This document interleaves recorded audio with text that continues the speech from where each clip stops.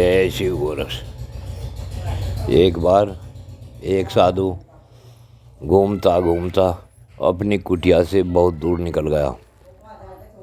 वह आगे बढ़ता ही जा रहा था कि उसे रात्रि का समय हो आया।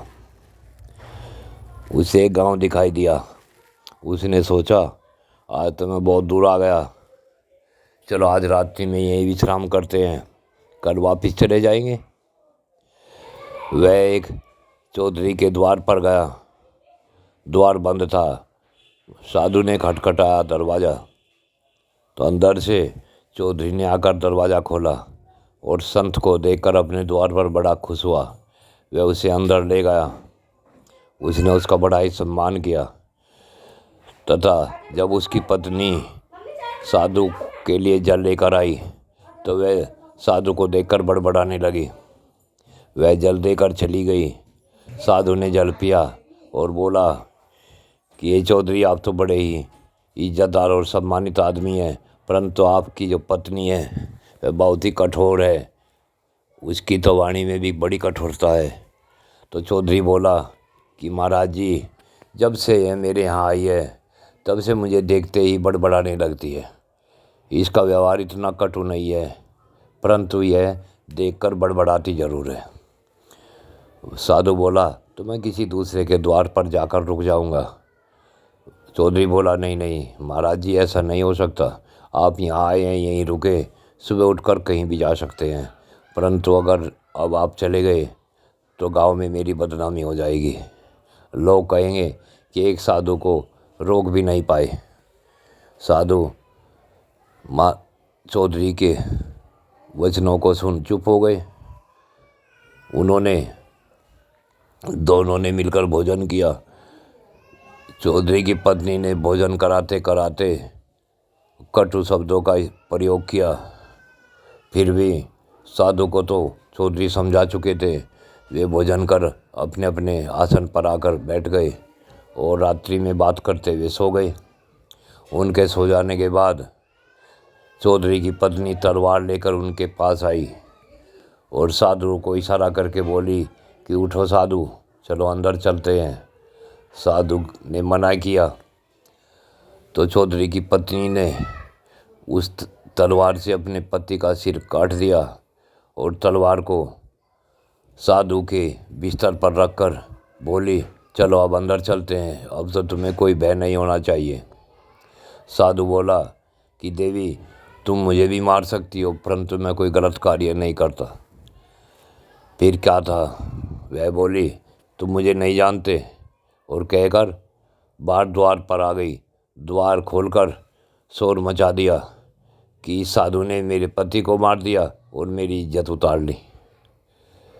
देखते देखते मोहल्ले वाले इकट्ठे हो गए और जब वे साधु को पकड़ने लगे तो वे चौधरी की पत्नी बोली कि नहीं नहीं, हमें अपने हाथ में कानून नहीं लेना चाहिए, इसे सुबह राजा के पास पेश करेंगे, राजा इसे दंड देगा।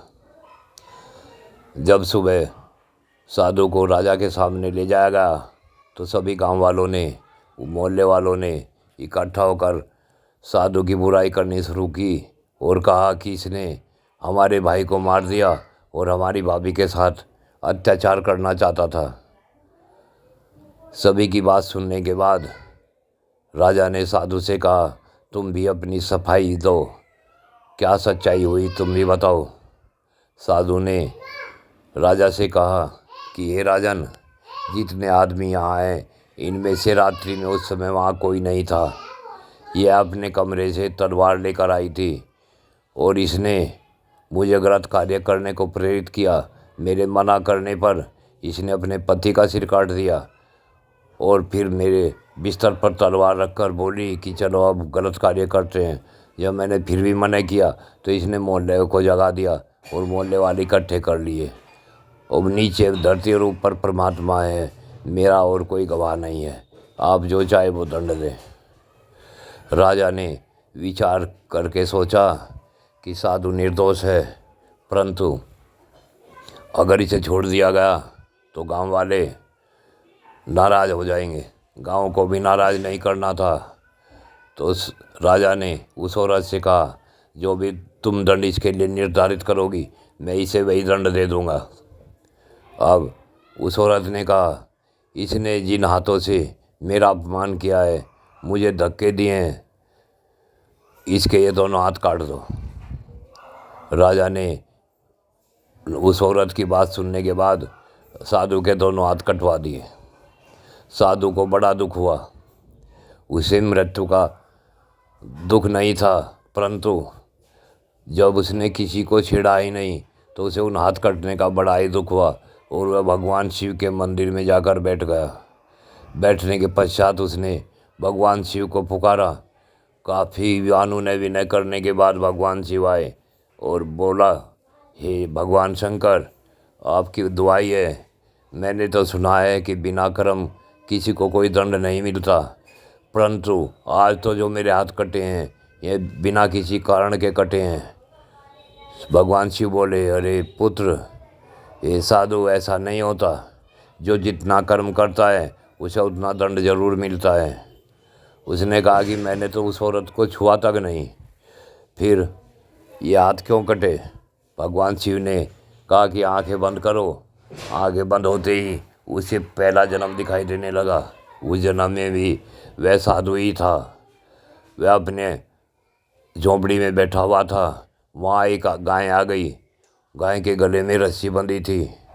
वह गाय जैसे ही अंदर घुसी, साधु ने उसे बाहर निकालने की कोशिश की, परंतु वह अंदर झोंपड़ी में घुस गई। तभी वहाँ एक कसाई आ गया और उस कसाई ने कहा कि महाराज, मेरी गाय आई है। उसने कहा, भाई इसकी रस्सी पकड़ और इसे बाहर ले जा। इसने तो मेरे यहाँ पूजा पाठ का सामान भी इधर उधर बिखेर दिया है।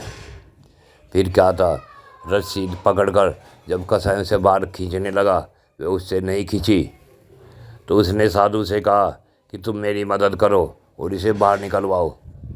साधु ने उसे दोनों हाथों से बाहर धक्का देना शुरू कर दिया। धक्के दे देकर साधु ने अपनी झोपड़ी से उस गाय को बाहर निकलवाया। अब भगवान शिव बोले, आँख खोल और अब बता, कुछ समझ में आया? वह बोला, हे प्रभु, इसमें उस गाय का और इस औरत सा क्या लेना देना? भगवान शिव बोले कि वह गाय जिसे उस कसाई ने मार दिया था, वह कसाई इसका आदमी बना, और यह औरत, वह गाय यह औरत बनी। तो वह साधु बोला, प्रभु, वह तो काफ़ी दिनों से इनकी शादी हो गई थी, इसने पहले अपना पति क्यों नहीं मार दिया? तो भगवान शिव बोले कि जब कारण सारे इकट्ठे हो जाते हैं तब उन सब कारणों का दंड दिया जाता है। अगर यह औरत अपने पति को पहले ही मार देती, वह गाय का बदला तो चूक जाता, परंतु जिन हाथों से तुमने धक्के दिए थे, उसे बाहर निकाला था, उन हाथों को कौन दंड देता? इसलिए रात्रि में ये कारण बने और तुम्हारे हाथ कटवाए गए। यही होता है कि वे कर्मों का दंड जरूर भोगना पड़ता है। वह साधु चुप हो गया। तो मेरे प्यारे श्रोताओं, यह कहानी जो मैंने कही है कारण नहीं, इसका कारण भी यही है कि आप सब समझो कि हम क्या कर रहे हैं, हम किसका अपमान कर रहे हैं, किसका सम्मान कर रहे हैं। हमें किसी भी जीव का अपमान नहीं करना चाहिए, किसी जीव के साथ किसी प्रकार का कोई अत्याचार नहीं करना चाहिए, अन्यथा उसके साथ किए हुए कर्मों का अंत में कभी न कभी दंड भोगना ही पड़ता है। जय शिव गोरख।